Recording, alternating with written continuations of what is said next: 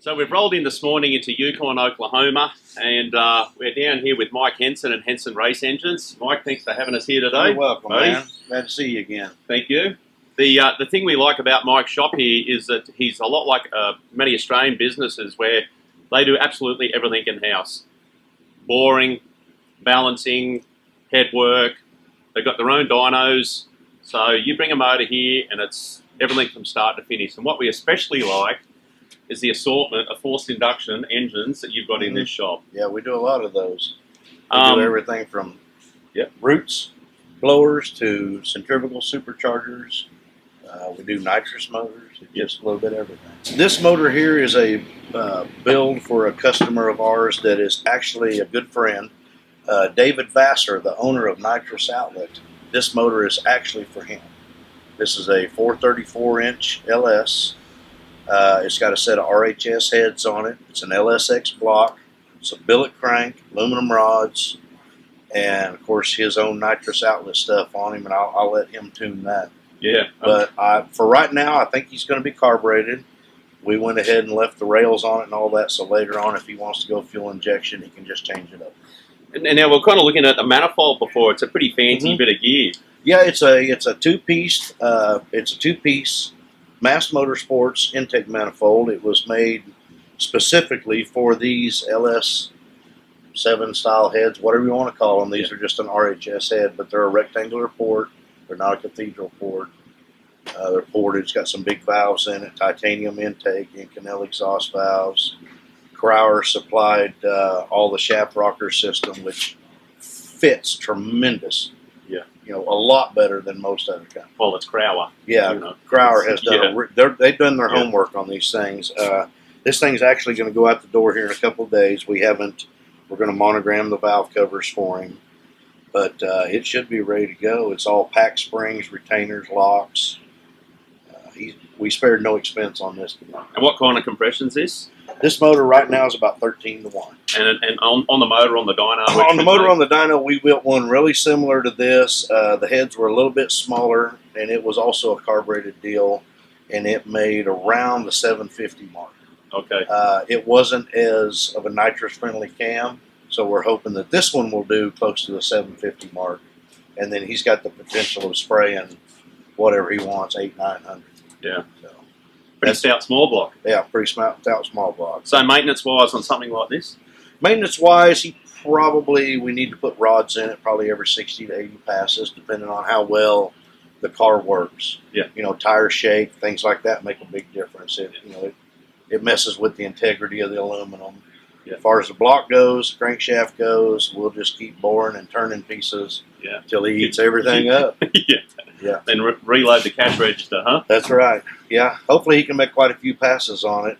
He's just built the car. The car is new, so he's got a little homework to do as far as getting the chassis set up and all that.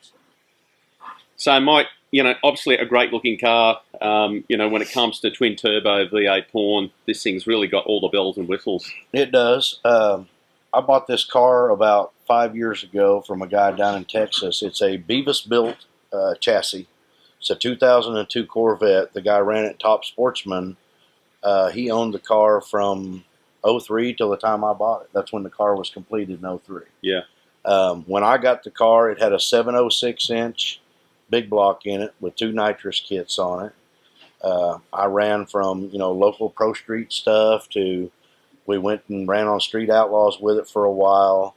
I just got burned out on the nitrous and tired of it, and I was also building a lot of engines for customers that were turbo, supercharger, and before that I was a roots blower guy, and I thought, well, I need one of my own. I need to learn this fuel injection stuff. I need to step up my game. So I ended up building this for myself. It's a 540-inch big block Chevy. It's all Brodix heads, Brodix block. It's got a Sonny Bryant billet crank, aluminum rods. They are conventional heads, conventional style heads. It's got a pair of 91mm bullseye turbos on it and aeromotive fuel system with 800 pound-per-hour injectors. And how much boost are you squeezing through that? Man, I do a lot of no-prep stuff, so I race on tracks that are scraped and not prepped, and normally I'm somewhere between the 30 to 40 pound range. The car will make over 50 pounds, but what we do, I just can't utilize all of it. Have you had 50 pounds in it at any stage? I have had 50 pounds in it. There's a track in Tulsa, and last year I ran what they call their Pro Mod class. Yeah. And in order to keep up with them guys, I had to crank it up. But about 50 pounds is all it would make. And then I had a set of 88 millimeter turbos, and I was just spinning them to death to make that. I did make the field, but I was in the middle of the field. I was nowhere close to being able to win. Did you notice much of a difference between 30 and 50 pound? Oh, it's night and day. Yeah. It's night and day. So we all should have 50 pounds. Yeah, it's a difference. It's a difference between taking off really fast and being rear-ended by a truck. Yeah, 50 pounds feels like about 100 feet out. Yeah. Somebody hit you in the ass with a truck. Right. Okay. So, but it's there's a big difference. Cool. So the LS motor is certainly the flavour of the month at the moment, and what we've got here is really exciting. This is potentially the most powerful LS motor that's ever going to be built. Yeah. Tell us a bit about it. So. Yeah. This is a Noonan billet aluminum block. The motor is going to be a 454 cubic inch. It's got a Callie's billet crank we had specially made for this motor. This motor is going in the one we were talking about earlier, the Rusty Hook. It has a set of all-pro heads on it. These are not the particular heads we're using. Same castings, but the one we're using are going to be solid. The motor is going to be on methanol.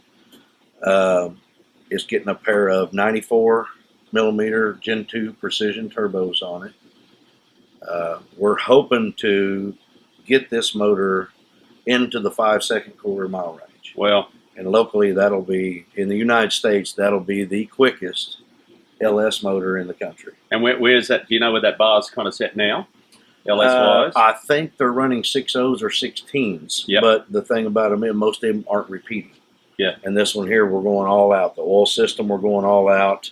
Yeah, it's an amazing looking full billet pan, yes, dry sump pan. This particular engine here has a billet dry sump pan and billet pump that's all integrated into one piece. Mark Carlisle, Daily Engineering makes these, and it was designed by Mark Carlisle. The screens are all built into the pan for the pickup screens. All the tubes for the supply for the scavenge part of the pump are all inside the pan. To clean the screens, it has a removable plate. It's all billet aluminum, and as you can see, the ground clearance or clearance from the bottom of the block to the ground is going to be significantly higher. That way, on a car of that magnitude, you can set the center of gravity of the car lower, further forward, further back, and it doesn't affect the weight of the car as much. So this will be basically a turnkey combination out of your shop? It'll be a turnkey combination. Yep. We plan on hopefully firing it up in the shop and getting it broken and running. I don't know if my dyno will support up to 2,400 horsepower with the pump that's currently on it, the water pump, and this motor here, we are shooting for the 3,500 mark. Well, so according to our calculations, the weight of the car, the way the car's set up, that's what it's going to take to run the 5. So in relation to fuel system, ignition system? The fuel system on this car is getting a Fuel-Tech FT600 is what we're putting on this car. It's going to be running a set of 1,500 pound per hour billet atomizer injectors as soon as we can get a hold of that, which we're going to need them pretty quick, by the way. And the precision 94 millimeter turbos, that may be our only, we may end up having to go with a little bigger turbo. And what kind of fuel? It's going to be run on methanol, but we're probably going to end up being with M5. Okay. And how much squeeze do you think you're going to have to put in this thing? Boost? We're going to build the motor to handle 90 pounds if that's what it takes to run it. Okay. So if we have to run 90 pounds of boost, we're going to run 90 pounds of boost. I mean, clearly it looks like money is no object. So money is no object. Money can't buy knowledge. So this is one of these things. It's also trial and error for us. But we're doing all the homework we can possibly do and doing figuring all the mathematical equations we can come up with to make this thing run what it should. So you'll run like a GRP style rod, or? The rod that's in this is a R&R aluminum rod. They build a lot of rods for everything from Pro Mods, Top Alcohol, Top Fuel. Matter of fact, Mike Reichert, the owner, his wife, Julie, I believe it is. She runs pulling tractors, so she's ran tractors with 3 or 4 Hemis on them and roots blown and screw chargers. So when it comes to building a set of rods, he's a genius. Okay, and I think that was the inlet manifold we saw down the back That of the was the shop intake earlier with the manifold. Wilson elbow. It's also a 2-piece with a Wilson elbow. We are going to end up with a 135 millimeter throttle body on it, so hopefully that's enough air. Yeah. Everything we've figured so far, it should be about right. So what do you think where do you think you're going to be turning this engine? RPM wise, what we figure is we're probably going to be shifting this engine somewhere between 94 and 9600 RPM. Okay. So you know, I noticed, you know, at a production car level, you know, the LS7 and almost they've got like a sodium filled valve. What kind of valve do you put in this thing? We're going to run titanium throughout. Yeah. Titanium intake, titanium exhaust. Running with the M5 rather than gas is going to help. Yeah. We can be a little bit rich on the fuel side, and that'll help keep temperatures down. But when we really go to set records, we may end up spitting a couple exhaust valves out of it. So, you know, I really hate to ask the question, but what does a motor like this ballpark run, you know, dollar-wise? We're not finished. Yeah. This motor here, we're probably already at the $40,000 range, and I figure it's probably got another 40 to go at least. Yeah. So by the time you do fuel system and all, a motor like this is going to be in the $100,000 range. Well, it's great to start with a sensible budget. That's it? right. Yeah. Yeah. Lucky you. Yeah. Yeah. All right, so this is just an example of what Mike does here. You know, everywhere you look around the shop, really cool stuff. It's always great to have us here, isn't it, Mike? Thank you. Thank you. Glad y'all could make it. Okay, cheers, buddy.